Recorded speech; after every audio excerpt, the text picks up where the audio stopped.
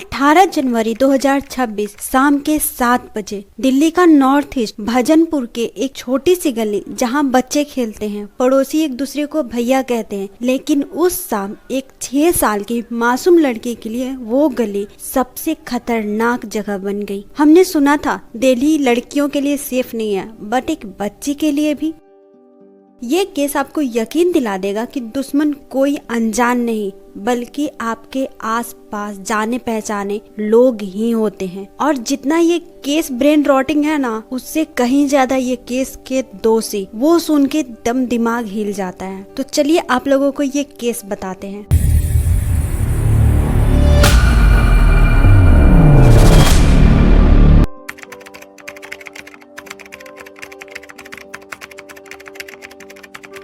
बच्ची के पिता रिक्शा चलाते हैं और माँ हाउसवाइफ है। एक नॉर्मल सी फैमिली है, जिसे हम अगर अपनी भाषा में बोलना चाहें तो बोल सकते हैं कि एक खाता कमाता फैमिली है। 1 साल पहले ही ये अपने एक 14 साल के लड़के को हो चुके थे। अभी ये दर्द से उभर ही रहे थे कि जिंदगी भर के लिए एक और दर्द मिल गया।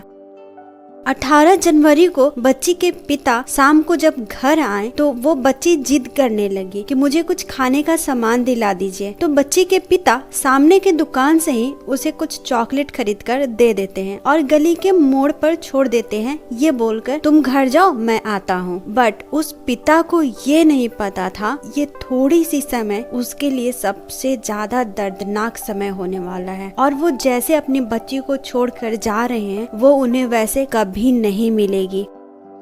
वहीं पे थे पड़ोस के 3 लड़के जो कभी उस बच्ची के भाई के दोस्त हुआ करते थे। उन लोगों ने बच्ची को 10 रुपए देते हुए कहा चलो कुछ खाने चलते हैं। बच्ची उनके साथ चली जाती है क्योंकि वो उन लोगों के लिए अनजान नहीं था। वो अक्सर उन लोगों के साथ खेलती थी, उन्हें देखती थी, बिल्कुल भी अनजान नहीं थे वो लोग। इन लोगों में एक था 10 साल का लड़का, एक था 12 साल का लड़का और एक था 14 से 16 साल का लड़का। ये सब ज्यादा कोई एज के नहीं थे। वो लोग उसे एक खाली पुरानी बिल्डिंग के टेरेस पे ले गए जहाँ कोई नहीं था, जहाँ कोई सुन नहीं सकता था। और वहाँ जो हुआ वो शब्दों में बयान करना मुश्किल है, बहुत ज्यादा मुश्किल है। तीनों ने मिलकर उस मासूम के साथ गैप किया इतनी बेरहमी से कि बच्ची से लथपथ हो गई। वो चीखना चाहती थी लेकिन उसके मुंह में था और वो भागना भी चाहती थी लेकिन उसके पैर काम नहीं कर रहे थे। कुछ देर बाद वो किसी तरह घर लौटी। माँ ने देखा बेटी लड़खड़ा रही है, कपड़े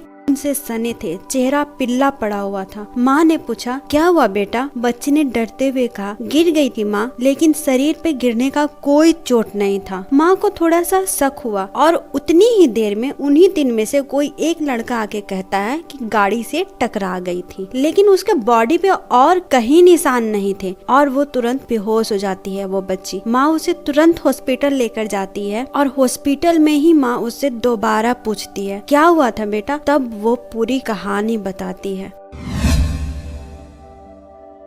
18 जनवरी के रात ही परिवार पुलिस स्टेशन पहुंचा। जाफराबाद पुलिस ने तुरंत FIR दर्ज की। पोस्को एक्ट और भारतीय न्याय संहिता के तहत मेडिकल चेकअप में असॉल्ट की पुष्टि हुई। बच्ची अस्पताल में भर्ती रही पर अब घर पे है लेकिन चल नहीं पा रही है। उस बच्ची के फिजिकल वाउंड तो ठीक हो जाएंगे लेकिन मेंटल स्कार्स वो कभी नहीं ठीक होगा, वो जिंदगी भर रहेगा। पुलिस ने 2 लड़के को अगले दिन ही पकड़ लिया जो 10 साल और 12 साल का था। उन्हें जेवेलाइन होम भेजा गया और तीसरा जो 14 से 16 साल का है वो अभी भी फरार है। रिपोर्ट्स के अकॉर्डिंग वो बिहार भाग गया है। उसका पूरा परिवार गायब है। Police CCTV, local informers, surveillance सब चला रही है लेकिन अभी तक वो आजाद है। ये जो बच्ची के साथ घटना हुआ है ना, वो एक दिन का नहीं है, कई दिनों से उन लोगों के दिमाग में ये चल रहा होगा। और अकॉर्डिंग टू साइकोलॉजी फैक्ट कोई एक दिन का घटना नहीं है या कोई बहकावे में आके नहीं करता है। ये एक सोची समझी साजिश होती है। पड़ोसी का कहना है कि उन तीनों में से एक की माँ बोल रही थी तेरी बेटी के साथ ऐसा ही होना चाहिए। आई होप भगवान इसे भी बेटी दे। और उनका बेटा सभी प्रकार का नशा करता था। क्या अभी भी इसे माइनर माना जाएगा और उसी तरीके से उसे सजा दिया जाएगा? मुझे लगता है कि माइनर के एज और कम कर देना चाहिए क्योंकि बच्चे अब वैसे नहीं रहे जैसे हुआ करते थे। या फिर ये सब केस में ना माइनर को ना एज से नहीं बल्कि उसके कर्मों से जज करना चाहिए। आपको क्या लगता है? कमेंट कमेंट में जरूर बताइएगा। ये सिर्फ एक केस नहीं है, ये एक सवाल है। हम अपने बच्चों को क्या सिखा रहे हैं? कब तक हम कहते रहेंगे अंधेरा होने से पहले घर लौट आना? कब तक बच्चियां सुरक्षित नहीं होंगी, यहाँ तक कि अपने ही गली मोहल्ले में?